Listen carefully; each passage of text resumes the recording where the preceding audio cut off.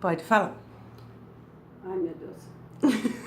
Não tem problema, corta essa parte. Meu nome... porque já tava gravando. Já tá gravando. Não precisei. Pode falar. Meu nome é Gerci de Campos Bé, sou professora da Rede Municipal de Araucária. Trabalho há 12 anos. Atualmente estou em 2 escolas. No período da manhã é uma escola de porte médio e à tarde é uma escola de porte grande.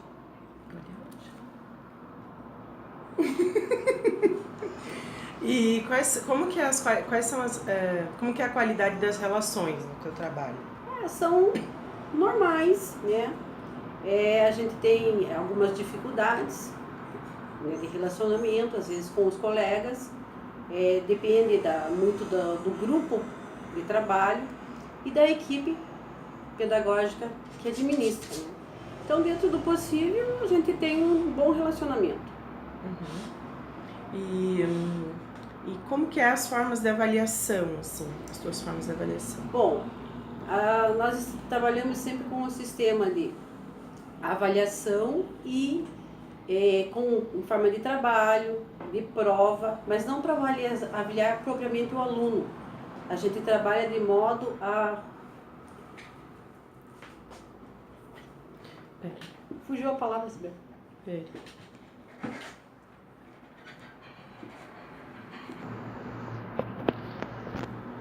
Então, quais são as formas de avaliação, né? Como que você é avaliada no teu trabalho? Bom, nos primeiros 3 anos nós passamos por um período de estágio probatório.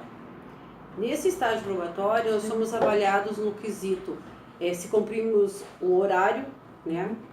Se conseguimos cumprir as metas estabelecidas pelo município, desempenhando nossa função, né? O desempenho, como que é feito esse desempenho e a construção do planejamento, projeto político-pedagógico da escola, tudo dentro disso nós estamos sendo avaliados.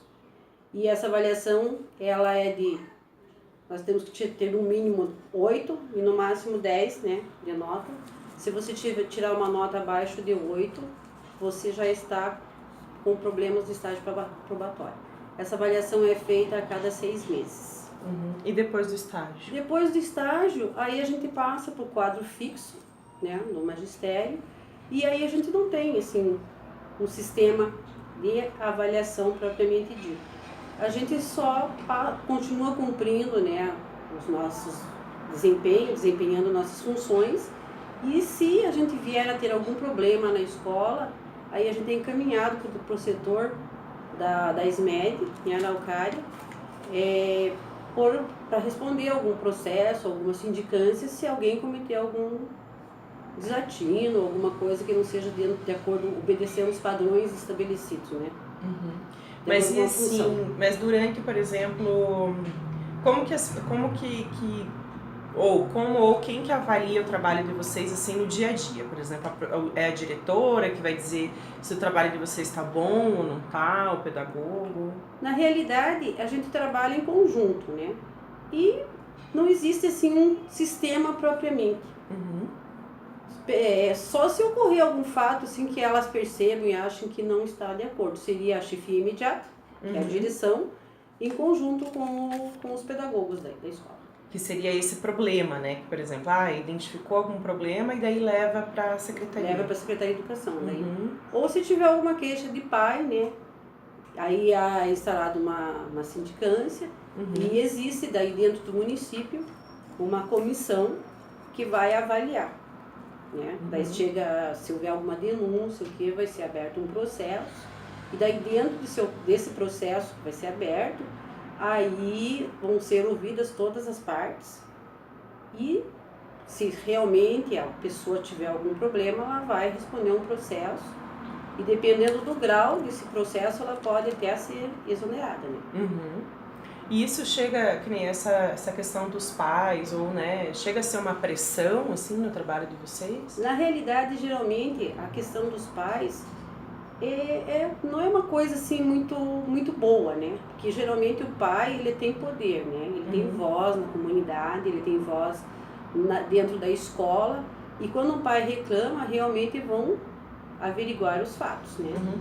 E geralmente tem pai que nem sempre vai à escola conversar, ele faz o 0800.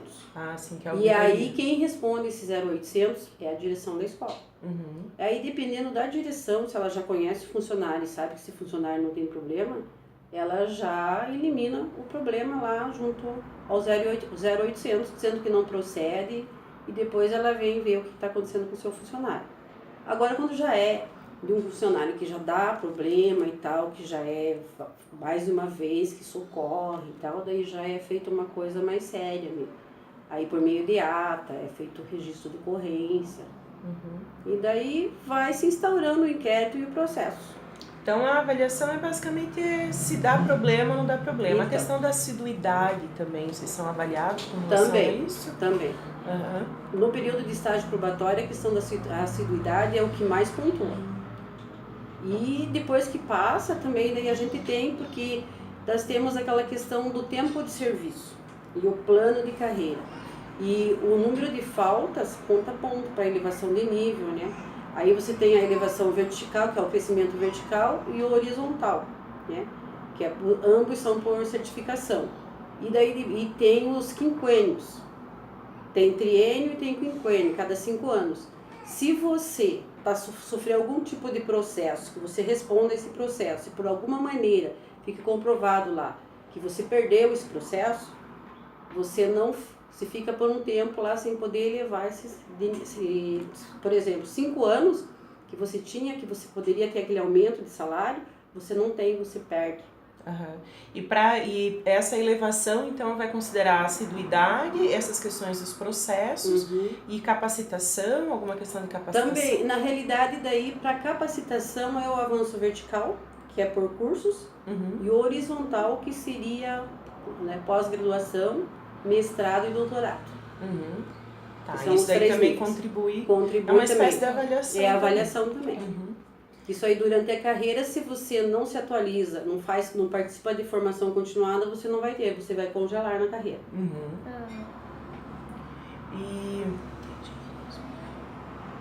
E com relação à remuneração, assim, ou sustento material, né? Você acha que ele é suficiente? Como que é? Eu sei que trabalha em 2 escolas, né? Você trabalha em 2 escolas já para complementar a renda? Sim, porque se você tem um único padrão, você não consegue sobreviver, né?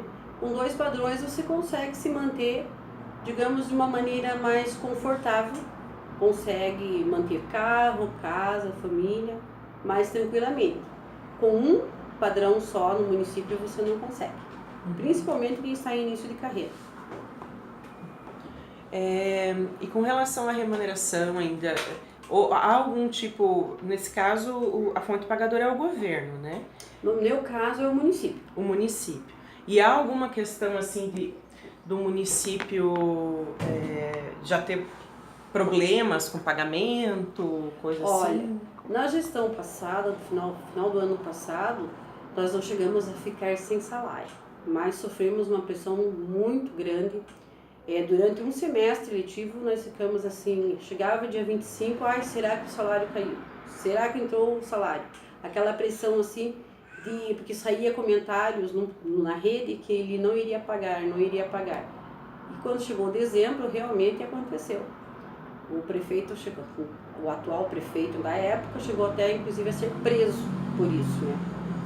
E nós só recebemos porque ele foi preso. Se ele não tivesse sido preso, nós não iríamos receber nosso salário de dezembro.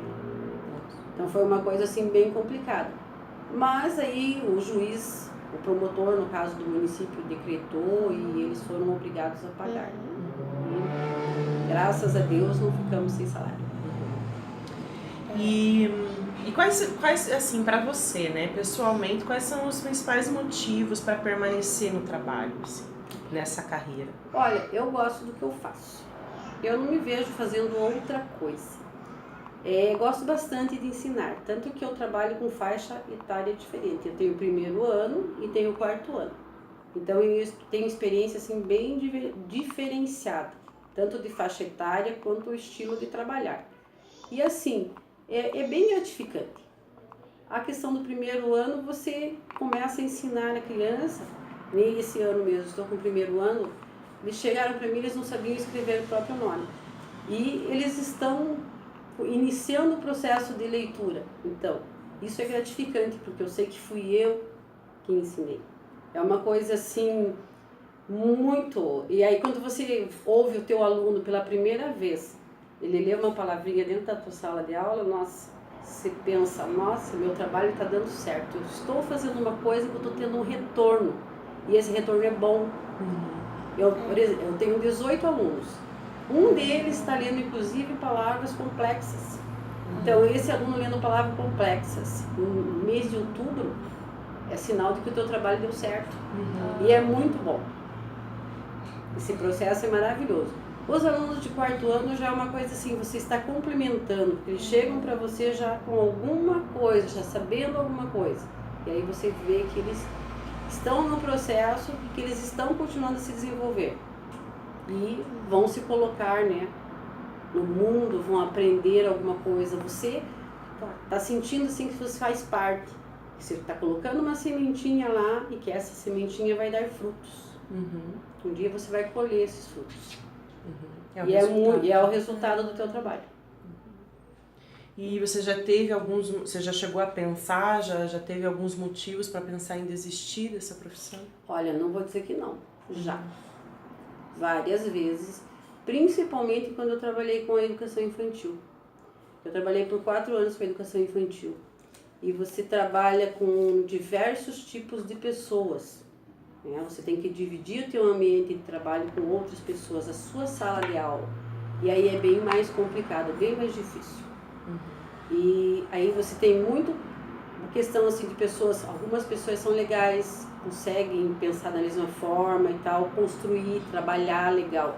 E tem aquelas pessoas que nem tanto, que vão e que procuram ficar levando mais o trabalho nem tanto a sério. E isso acaba desmotivando muito, porque você acaba tendo que fazer o teu trabalho e fazendo o trabalho da outra pessoa também. Então isso aí desanima um pouquinho. Fora isso, tem algum outro, assim, por exemplo, questão de estresse ou a nossa vida é bastante cansativa. Tem gente que diz que professor leva uma vida boa, que é muito tranquilo, só brinca. E na realidade não é só brincadeira, porque você carrega muita coisa. Você não dá conta de fazer tudo o que você tem que fazer. Se é um professor bom, você leva muita coisa para tua casa, você elabora a prova, você corrige prova, você fecha nota, você faz muita coisa na sua casa, porque senão você não consegue fazer um trabalho de qualidade. E isso aí acaba te tirando muito da tua hora de lazer, nem sempre você tem o teu lazer. E aí acaba, tipo, vários anos você fazendo isso a fio, acaba te desgastando. E aí complica um pouquinho a situação. Isso impacta na tua vida pessoal? Com certeza, influencia bastante, tanto na vida profissional quanto na pessoal. Porque você não tem um tempo para você. É aquela questão, você acaba envolvendo até às vezes a tua família. Coloca o pessoal para cortar papel, para fazer uma atividade diferenciada. Então você acaba tendo que trabalhar mais. E aonde que você vai trabalhar mais? É em casa, porque você não tem outro tempo para isso. Certo. E quais são esses sempre impactos, né, da tua profissão, né, do teu dia a dia, da tua rotina? Hoje qual que é a tua rotina de trabalho? Olha, ela é bastante intensa, né?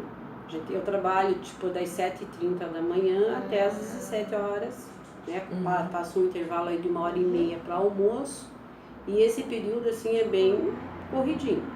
A gente trabalha o tempo todo e também entra a questão assim que nem sempre você tem o material adequado. Se você quer fazer uma atividade diferenciada, você tem que investir, senão você não tem. Você não tem xerox na escola. Se você não imprimir suas atividades em casa, por exemplo, com o primeiro ano não tem como você trabalhar. Então você acaba tirando dinheiro do bolso. Se você quer fazer alguma coisa de diferente para o teu aluno, você tem que investir também, você acaba tirando dinheiro do seu bolso. Nem sempre, porque a mantenedora nem sempre ela provê.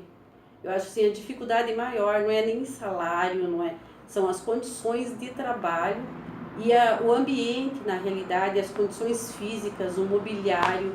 A questão tecnológica também, nós estamos muito defasados nesse sentido. Eu acredito assim que a gente está há anos-luz de ter uma tecnologia, uma sala de aula ideal e uma escola ideal.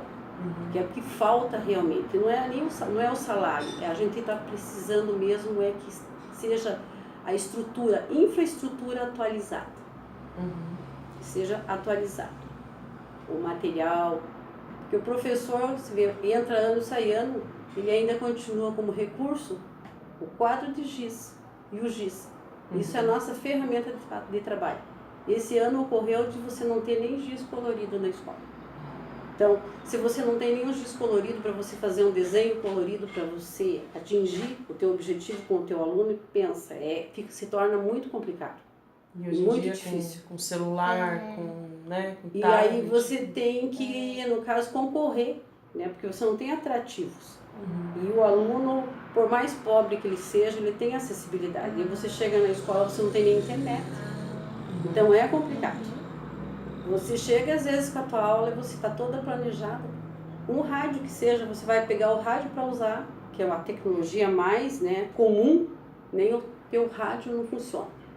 Então eu acho assim que a barreira maior que nós enfrentamos hoje é até a questão da falta de material adequado para o trabalho. E isso acaba impactando até na qualidade, do teu trabalho. Com certeza, porque se você pode usar a tecnologia a seu favor, nossa, é uma maravilha. Como que você vai atrair o teu aluno só com um giz e um quadro de giz?